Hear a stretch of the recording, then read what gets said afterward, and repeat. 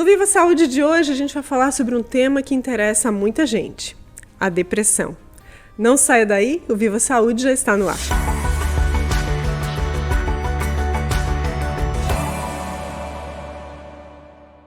No Viva Saúde de hoje, então, a gente vai falar sobre um tema muito importante: a depressão. E antes de apresentar os nossos convidados, eu quero agradecer aqui os nossos apoiadores, Ortonil, Maria Rocha e Unicred. Para esclarecermos esse assunto e tentarmos esclarecê-lo ao máximo para você que está em casa, a gente recebe hoje o médico psiquiatra Dr. André Luiz Moraes dos Santos e a psicóloga Cleusa Brígido das Neves. Sejam muito bem-vindos aqui ao Viva Saúde para a gente poder falar sobre esse assunto, que é muito importante. Obrigado. Bom, dados mostram que os transtornos mentais podem chegar a 300 tipos. Gente, é um número muito expressivo, né? Sendo os mais comuns a ansiedade e a depressão.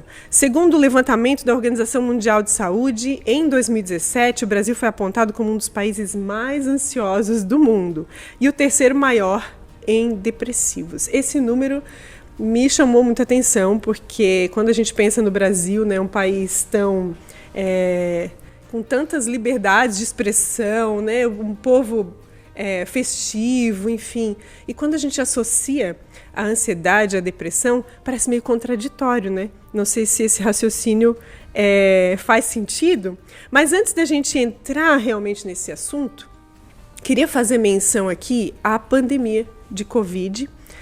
A gente está com dados aqui de 2017, eu imagino que esse número tenha aumentado, né? Qual é o cenário hoje? Começar com o Dr. André. Qual é o cenário hoje de quadros de depressão no Brasil e de ansiedade relacionados à Covid? Bom, na realidade, já desde a pandemia, né, os experts, especialistas já diziam que tinha que se ter um cuidado com a saúde mental das pessoas, porque isso, com a pandemia e com todos os eventos que decorreram da pandemia, já se sabia que a incidência, né, das doenças mentais iam aumentar exponencialmente. Hoje se sabe, vários centros de pesquisa estão estudando, né, as doenças mentais de maneira geral, e se sabe que houve um aumento exponencial, né, de todos os transtornos. Pessoas que já tinham transtornos pioraram em muito, né, e pessoas que não tinham passaram a apresentar transtornos mentais. Esse dado que tu falaste ali, das mais de 300 transtornos, né, isso se deve a um aumento progressivo que há na melhoria dos cuidados, na melhoria dos diagnósticos, na maior abrangência também dos serviços de saúde mental, né, e de modo que vai aumentando, vai melhorando as classificações das doenças e se pode ter, com isso, né, pensar mais em tratamentos, pensar mais em prognóstico de doenças também. O que tu percebe no consultório, Cleusa, quando tu estás cumprindo a tua agenda, né, como psicóloga? Percebe que tem muitos casos de pessoas assim que vieram depois da pandemia também? Sim. No primeiro ano, no primeiro momento, inclusive, diminuiu a procura. O pessoal estava com medo, né? E depois esse pessoal começou a retomar as sessões, o pessoal começou a procurar a gente, né? E onde eu percebi, deu assim um boom, né? Onde a gente atendia muito, tanto aqui na Unimed quanto no particular. Assim, aumentou muito a demanda, a gente atendia, né, até tarde. E então eu percebi nessa fase ali um aumento muito expressivo da ansiedade, né? Então aquela ansiedade na forma de medo, né? Então me chamou a atenção um caso que eu atendi, uma pessoa que me procurou, ela disse: Cleusa, tu me atendeu há 12 anos atrás, eu tinha crise de pânico, e ela estava bem. Com a pandemia, ela tinha uma menina, né, assim de uns 4, 5 anos, 6 anos, né, Então ela começou a ficar preocupada. E se eu pego Covid? E se eu morro? E quem cuida da minha filha? Então, essa sensação de vulnerabilidade aumenta. Com certeza. Esse foi um caso assim, que me veio agora, né? Mas aumentou muito a ansiedade do pessoal, o medo de pegar, o medo de ficar incapaz, de justamente deixar a família. E se eu falto, quem cuida da minha família? Então isso fez com que aumentasse muito a ansiedade. Você imagina, né, uma patologia, né, anunciada mundialmente, as pessoas tendo que se esconder, né, ficar reclusa na sua casa, um agente patológico que é invisível, né, ninguém vê. Altamente transmissível, não sabe quem tem, quem não tem, como é que, né, se tu pegou, se tu entrou em contato. E tu tem que se esconder, literalmente, esconder teu rosto, né, se esconder das pessoas. Então, esconder o que gera, né, psicodinamicamente, né, psicologicamente, a situação de fugir, de se esconder, da fuga. Então, isso está ligado muito à ansiedade, né.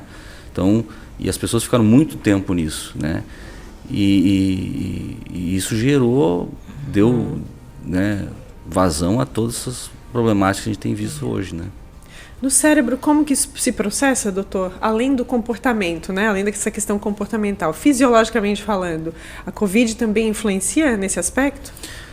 Então, a cascata do medo, que eu costumo dizer, né? Existe uma resposta fisiológica que existe, do mundo animal, né? Que tem um termo, né? Fuga e resposta, né? Então, para alguns pacientes eu costumo falar assim, né? Pensa lá na zebra, lá na savana, né? Na África, né? Então ela percebe que tem algo estranho, né? E por ali já tem um leão, né? Um grupo de leões que vai atacar. Igual no mundo animal, lá na zebra, acontece no nosso ser humano. Uma cascata de alterações fisiológicas decorrem, né?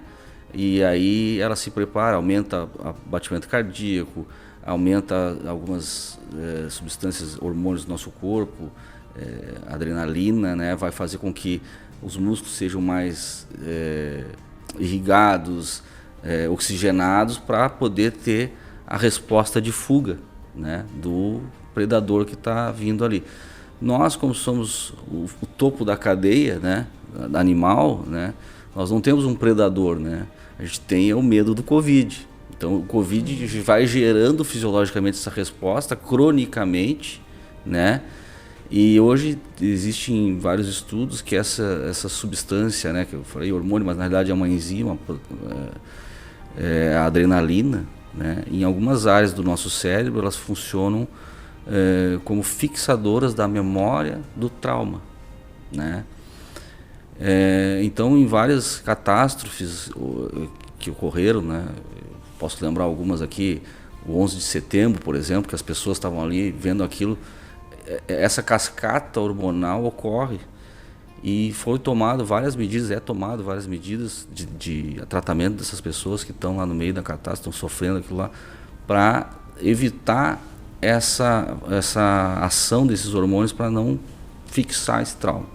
Porque isso vai gerar doenças mentais lá na frente, de todo tipo. A mais comum é o transtorno de estresse pós-traumático, né? Eu lembro algum tempo atrás que teve uma enchente ali em Blumenau, né? A Associação Brasileira de Psiquiatria, acho que já faz um bom tempo, não sei se já faz uns 8 anos, não sei. A Associação Brasileira de Psiquiatria mandou psiquiatras e fez uma força-tarefa para tratar as pessoas que estavam ali naquele evento, né, naquela tragédia, né, para minimizar esses efeitos. Então, quem passou, né, a população mundial inteira que passou por essa coisa do Covid, esse medo crônico, né, então ficou sob efeito dessas enzimas, essas proteínas que o próprio corpo produz, para tentar lutar contra um agente invisível, né, e muitos acabaram adoecendo por conta disso. Então, e outros que já tinham alguma doença, uma tendência à doença mental, tiveram o disparar dessas doenças, né? que talvez estavam engatilhados, talvez nunca se apresentariam, mas aí com isso tudo vem à tona. Estavam latentes e se manifestam nesse momento. Exatamente. Tu falaste da tendência, né, a algum transtorno, né? Existem pessoas com maior tendência a certos transtornos mentais, como a depressão, a ansiedade. Me parece que a ansiedade é algo meio pandêmico, assim, também.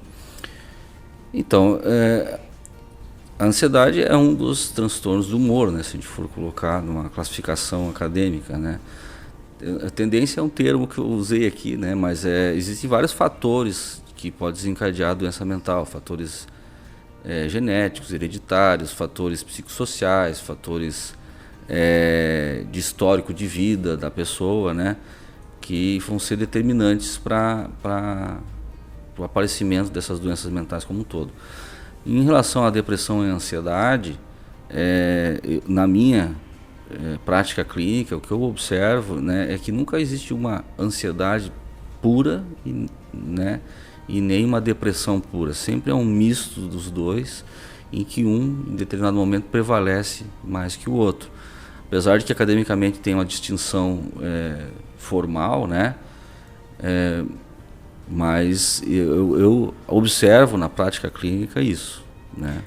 Porque me parece muito fácil hoje, né? Com o estilo de vida que se tem, com os hábitos, enfim, muitas vezes não tão saudáveis, né? Com a rotina, me parece muito fácil desencadear um quadro de ansiedade. Isso é verdade? Sim.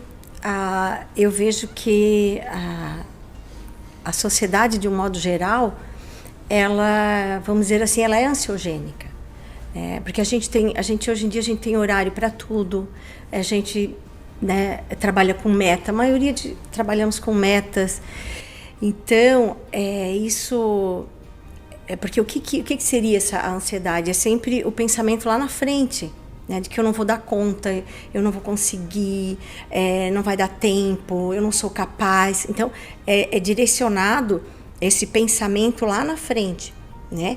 Então esse buraco entre eu estou aqui e o meu pensamento, a preocupação lá na frente, né? A gente chama isso de ansiedade. E de um modo geral, a nossa sociedade hoje, da forma como ela está constituída, ela favorece, com certeza ela favorece. E aí alguns de nós, né? A gente tem sim essa uma predisposição, né? Às vezes o pai é mais agitado, a mãe é mais agitada, então tu já vai trazer aquilo ali contigo por uma via hereditária e também pela via do meio que tu estás inserida ali, tu já cresceu ali, né? A mãe, vamos lá, rápido, e o pai, os dois agitados, então aquilo ali favorece. Então a criança, né, a gente vai crescendo com aquilo ali, e aí depois a gente vem para essa sociedade onde hoje a gente é muito cobrado o tempo todo, né? Então, sim, a sociedade favorece. E aí eu sempre coloco assim, que, como é que eu vou dizer, para a gente sobreviver, não sei, para a gente ter qualidade de vida, para a gente ter bem-estar nessa sociedade desse jeito que favorece a ansiedade, todos nós precisamos ter hábitos que me ajudem, minhas fugas, né? Meditação, tem muitos estudos mostrando, né? Não precisa ser aquela meditação lá, né? Tem que botar um incenso, não tem que nada, né? Fecha os olhos. O fato de parar, de fazer uma pausa Uma pausa de 2, 3 minutos, até no banheiro, sabe? Para 1 minuto lá no banheiro, né? E às respira. Vezes é o único lugar, né? Às vezes é o único lugar. Muda a frequência cardíaca, né? Então muda a respiração, a gente entra em coerência. Respiração, coração, ativação cerebral, né? Completando ali o que o doutor falou, ali da reação, né, de luta ou fuga. Então, na pandemia, o que eu observei também? Que muitos de nós, principalmente os idosos, né, eles ficaram reclusos. Então, o que acontece? Eles nem lutaram, não podia lutar, a gente não sabia como e nem fugir. E nem fugir. E quando a gente não luta e não luta e não foge, então a gente paralisa, né? A gente congela, né? Então é como se aquele estresse, aquela carga de adrenalina que o doutor falou, ela fica congelada. E aí vem problemas, sabe? Tu fica ali, tu fica tensa, tu fica naquilo ali. E aí quando passa aquilo ali, eu posso soltar. Relaxou. Então, mas aquilo ficou preso ali por um tanto tempo que quando solta, aí facilita o aparecimento do quê? Da depressão. Então, eu tenho percebido na minha prática clínica, esse ano, principalmente, né? Casos assim, não é aquela depressão, aquela clássica que tu chega e pega assim, a pessoa tá triste, aquela coisa. Não, ela tá um pouco mascarada, não sei se o doutor concorda comigo, né? A pessoa, eu tô cansada. Ela tá disfarçada de outros sintomas, talvez. Isso, de um de outros sinais. Ela tá sempre cansada. Não sei, eu tô cansada, eu não tenho aquela alegria que eu tinha. É tudo muito diluído. Nada é muito para dizer assim, não, bateu ali, é depressão. Mas a gente vai aprimorando aquela anamnese, é uma depressão que está ali. Já que tu falasse disso, Cleusa, eu queria perguntar para o doutor. A Cleusa falou da ansiedade, né? Esse excesso de futuro, né? Poxa, e se não der certo? E se eu não desempenhar um bom papel? Será que eu sou capaz? Isso gera uma ansiedade, né? Naquele indivíduo. E a depressão, qual é a diferença? Na realidade, assim, como a Cleusa estava falando, né, e só recapitulando ali, que eu perguntasse as tendências, né, os fatores causais, né, e realmente eu concordo, os hábitos de vida, né, a maneira que a nossa sociedade se porta hoje, está vindo a favorecer muito, né, aparecimento desses transtornos. E não só a maneira de se portar no trabalho, enfim, mas a falta de uma atividade física, a falta de tempo para estar com os familiares, a falta de tempo para ter uma religiosidade ou espiritualidade, como queira, né? A alimentação hoje também influencia muito, né? Então tudo isso vem nessa histórico de vida que eu falei antes, né? Para causar. Agora, a depressão a gente não pode confundir, né, e a depressão com tristeza, porque tristeza é um dos sintomas da depressão, né?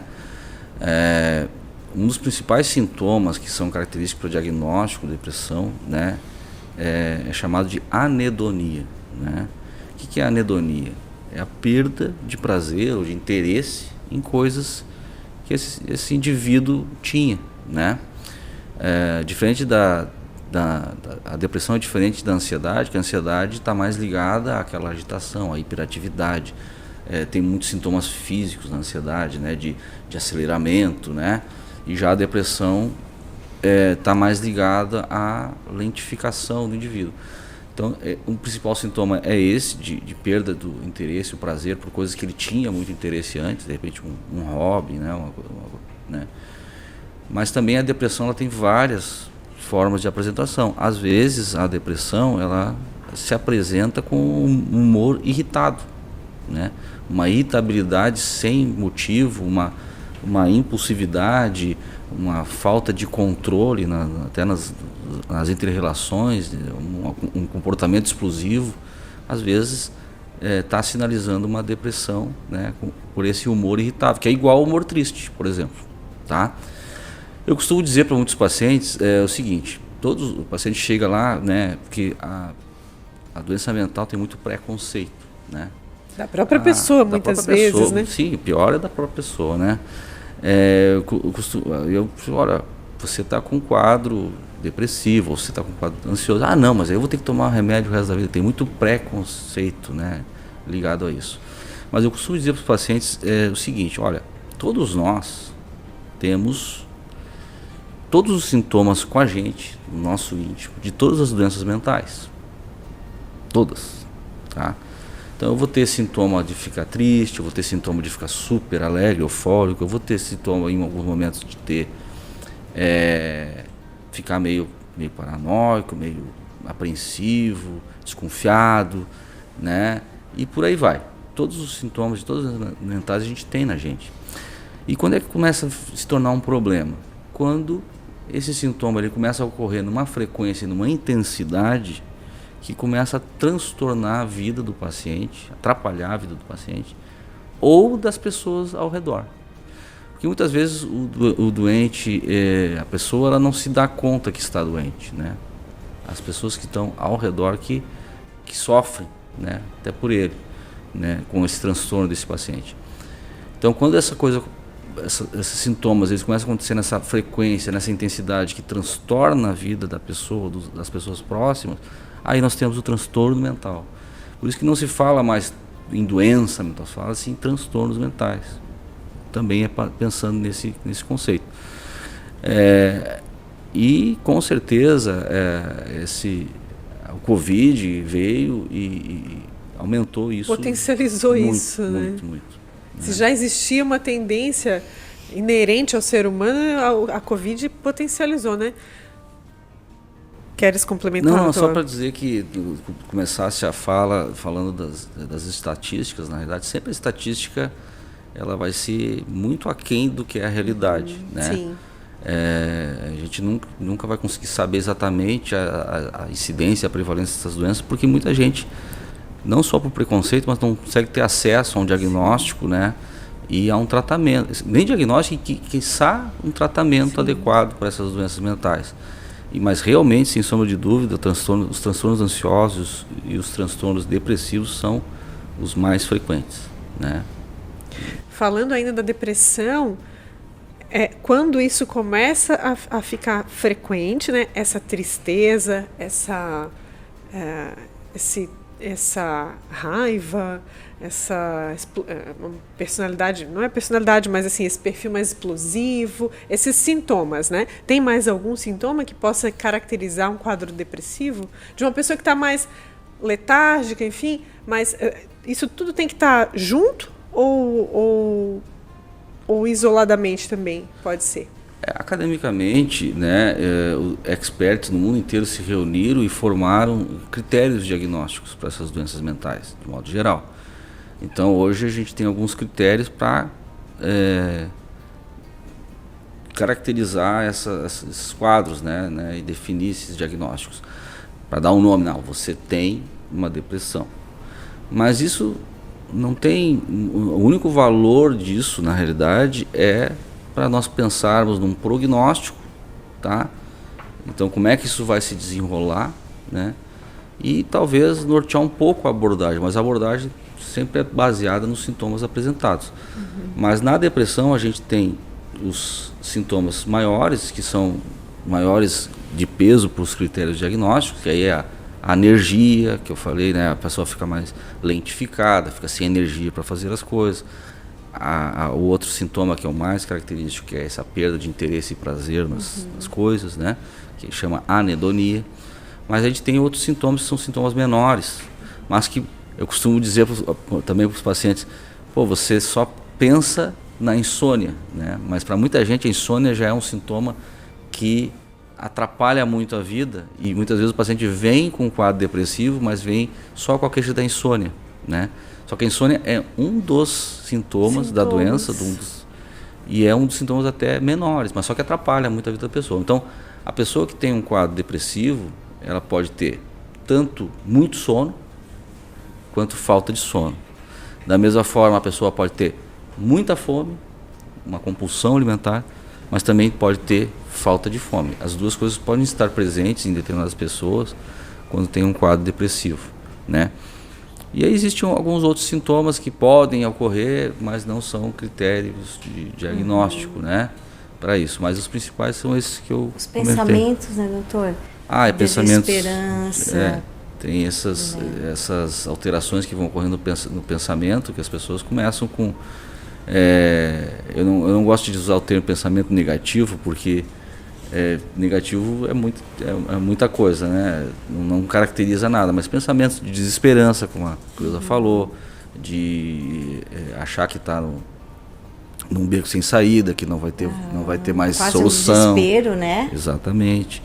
Então as pessoas vão se voltando para um olhar só para os problemas, só para as coisas ruins da vida, e perdem totalmente a capacidade de observar coisas boas, coisas belas que estão ocorrendo em volta.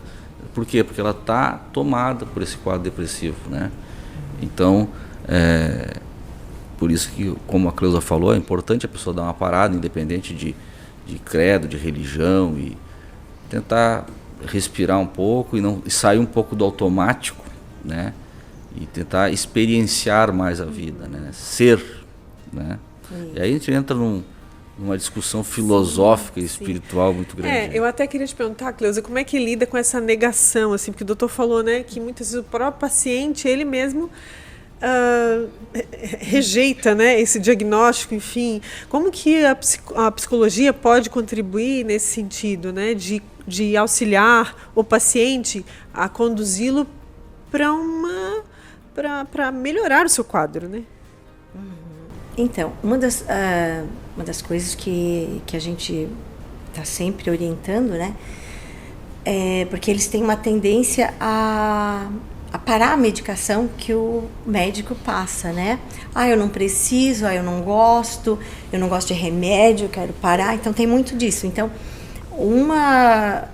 isso é muito frequente, né? A gente está fazendo esse trabalho de orientação da necessidade da medicação, orientar, não, você, nesse momento da vida, você não gosta, ninguém gosta, né?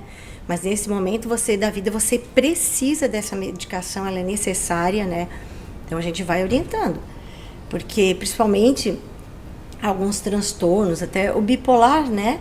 Que é quando está na fase depressiva, o humor está rebaixado. Quando ele está na fase de euforia, muito, né? Oscila.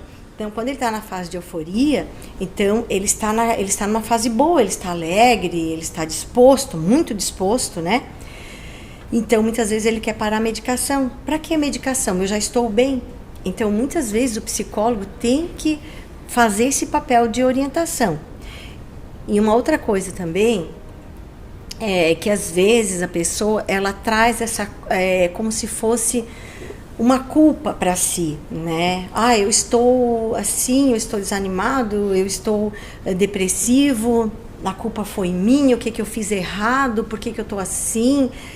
Às vezes, traz muito. Essa cobrança. Isso, então a gente também desmistifica, vai orientando para a pessoa entender que como o doutor falou, né?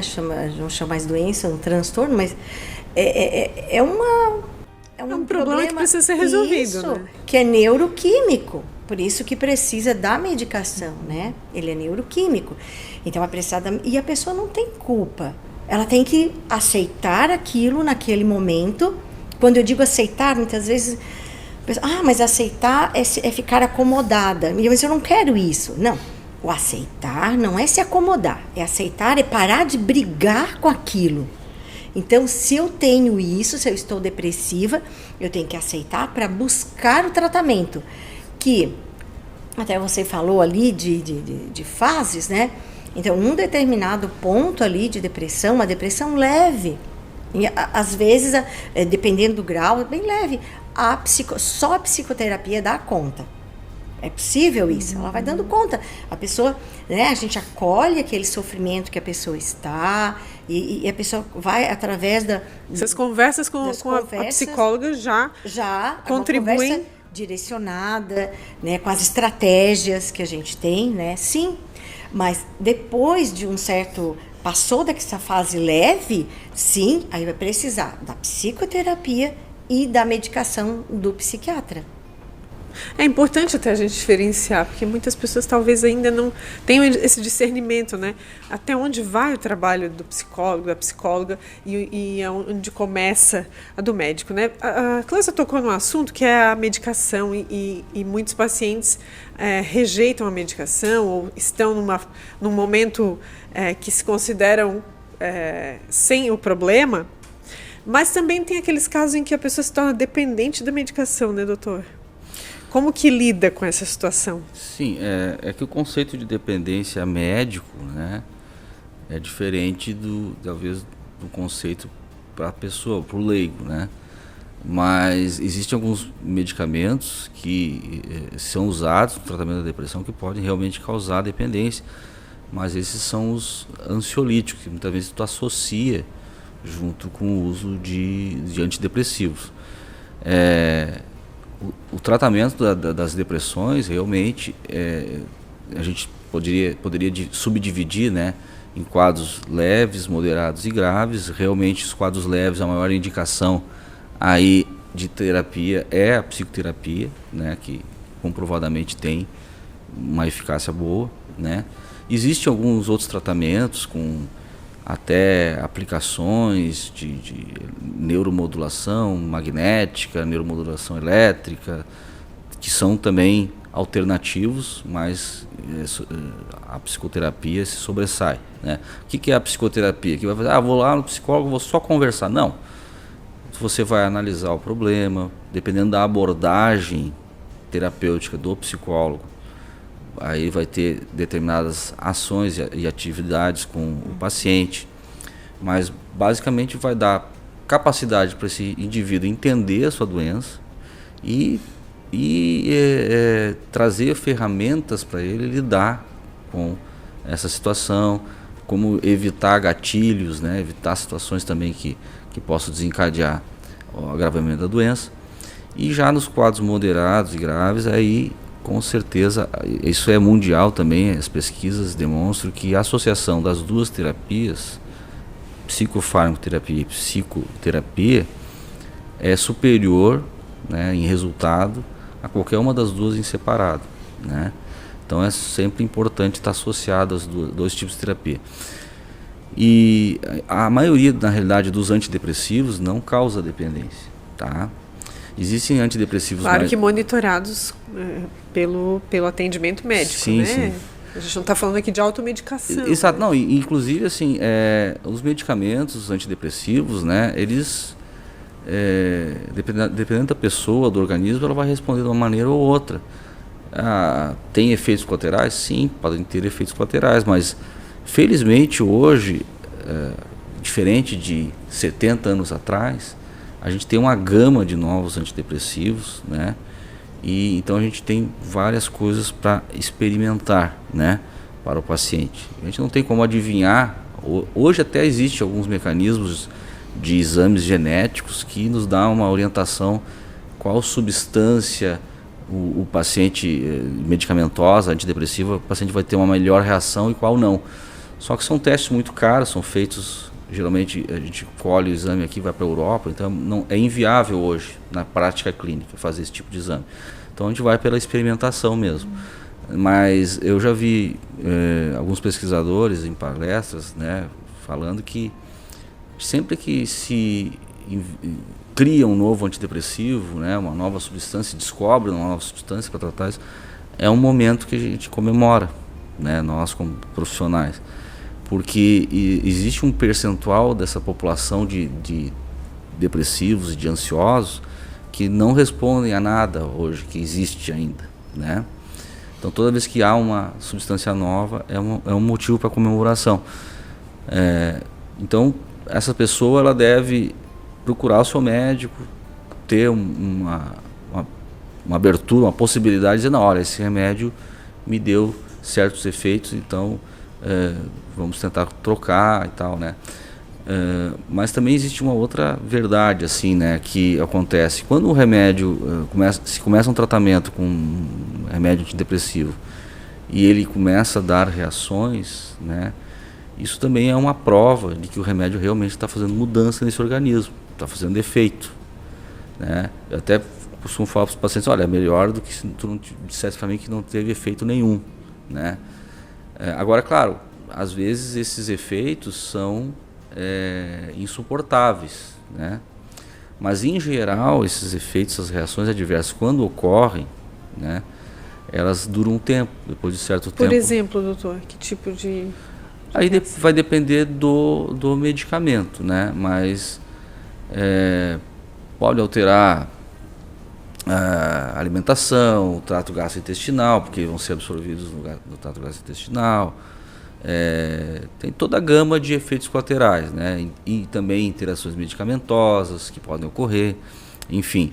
Por isso que tem que ser acompanhado por um profissional médico. Tem que ter critério, né? Tem que ser acompanhado por um profissional médico. Sim. Esses tratamentos. Mas existem, como eu disse, né, uma gama de novos remédios, né, que estão surgindo e cada vez mais está se aprimorando para ter menos efeitos colaterais e o paciente poder se adaptar melhor a essas medicações. As pessoas têm que entender também duas coisas que é importante dizer. A psiquiatria é, na realidade, uma especialidade nova na medicina. Tem talvez 200 anos, perto de outras que são desde o início da medicina, por exemplo, cirurgia, né? Então, há muitos caminhos para a gente desvendar ainda, né? Na mente, no cérebro das pessoas, né? Tem muita coisa para a gente ainda responder, né? Então, a psiquiatria, como é uma especialidade nova na medicina, ela se apropriou, né, historicamente, de vários tratamentos, né, que, às vezes, na medicina era usado para outras coisas, né? Eu não vou citar aqui, né, mas muitos medicamentos hoje que estão com registro na Anvisa, que são remédios mais antigos, a psiquiatria usa com outras finalidades. Então, às vezes, tu vai pegar uma bula de um medicamento e diz, o doutor não está bem, porque ele me receitou um remédio que é para uma doença neurológica, né? E eu tenho um transtorno de humor, né? Mas quando tiver esse tipo de dúvida, que às vezes até profissionais de balcão de farmácia têm, sempre procure esclarecer com o seu médico, porque às vezes vai ler na bula lá, né, aquela informação e fica na dúvida. Mas isso acontece. Então, a psiquiatria se apropria de outros tratamentos, né, principalmente na neurologia, né? Vou te dar um exemplo. Tem um medicamento que é usado para alergia, que é muito usado na psiquiatria para ajudar no sono, para acalmar o paciente, né? Tem outros medicamentos que são usados para epilepsia, por exemplo, que são usados como estabilizadores de humor, né? Então, as pessoas não devem também ler uma bula do medicamento para ter aquilo como verdade absoluta. Eu vou ter todos esses efeitos colaterais. Meu Deus! A bula do medicamento ela serve para alertar e orientar coisas que podem vir a ocorrer. Não quer dizer que aquilo vai ser uma verdade absoluta que vai acontecer, né? Então, acho que as pessoas podem ler a bula, claro, ter maiores informações sobre o medicamento que ela está tomando, mas não tem que confiar também no profissional que está prescrevendo esse remédio e tirar as dúvidas que ficar, né, a respeito do remédio. E, felizmente, como eu disse, temos várias opções terapêuticas hoje, né? É importante, né? A gente está caminhando para o finalzinho dessa conversa, eu nem acredito, porque passou muito rápido. E como eu iniciei falando, é um tema bastante amplo, que merece, né, ser trazido aqui à conversa, à pauta, porque é um problema da sociedade, né? Nenhum de nós está isento, né? Ou não corre o risco, né, de apresentar algum quadro, né, por conta até do estilo de vida, enfim, de como a sociedade se comporta hoje. Mas a gente está caminhando para o finalzinho dessa conversa, né? E a gente acabou não falando de Setembro Amarelo, por conta, né, de ter passado já esse mês. A gente sabe que é uma temática aí que precisa também ser abordada, né, a questão da saúde mental, mas abordado o ano todo, né? Por isso que a gente está conversando sobre isso. Para finalizar, qual a importância da gente estar falando sobre isso?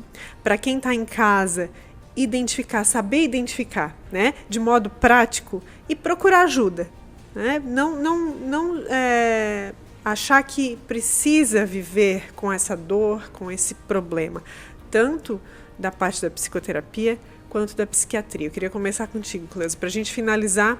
Para quem está em casa, o que deve fazer? Que sinais deve reconhecer e o que deve fazer? Eu diria prestar atenção aos pensamentos. Aquele pensamento de se tudo acabasse hoje, que bom, né? Eu ia descansar.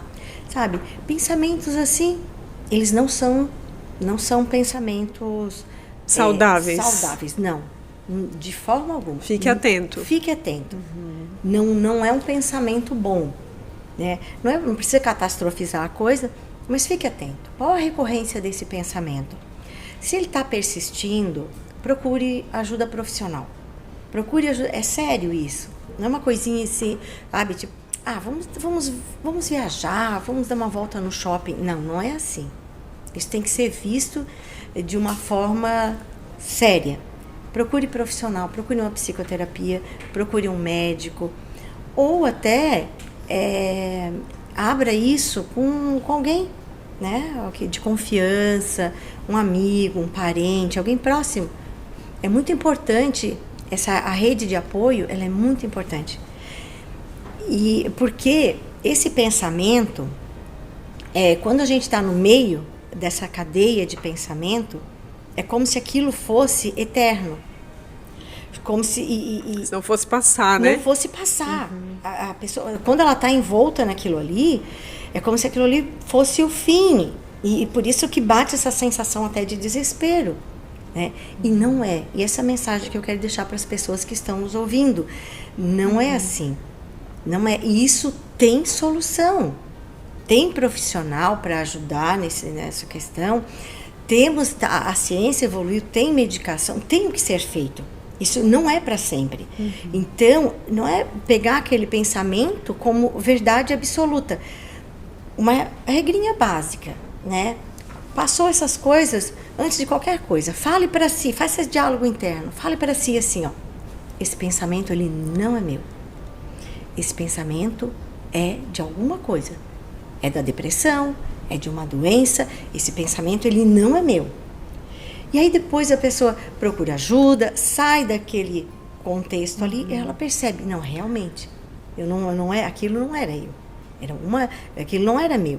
Era resultado de uma doença, uma disfunção neuroquímica, um transtorno. Sim. Tratou, melhora, sai daquilo ali. Muito bom. Essa é a mensagem que eu quero deixar. E para ti, doutor, para a gente finalizar? Eu gostaria de dizer que para as pessoas, né, acreditar mais nos profissionais, né, e procurar auxílio, né, porque muitas vezes as pessoas, não, ele é assim mesmo, a vida é assim mesmo, né? Não é. A gente pode ter ajuda, deve-se buscar ajuda. Se tem condições, tem que ir atrás de ajuda, né?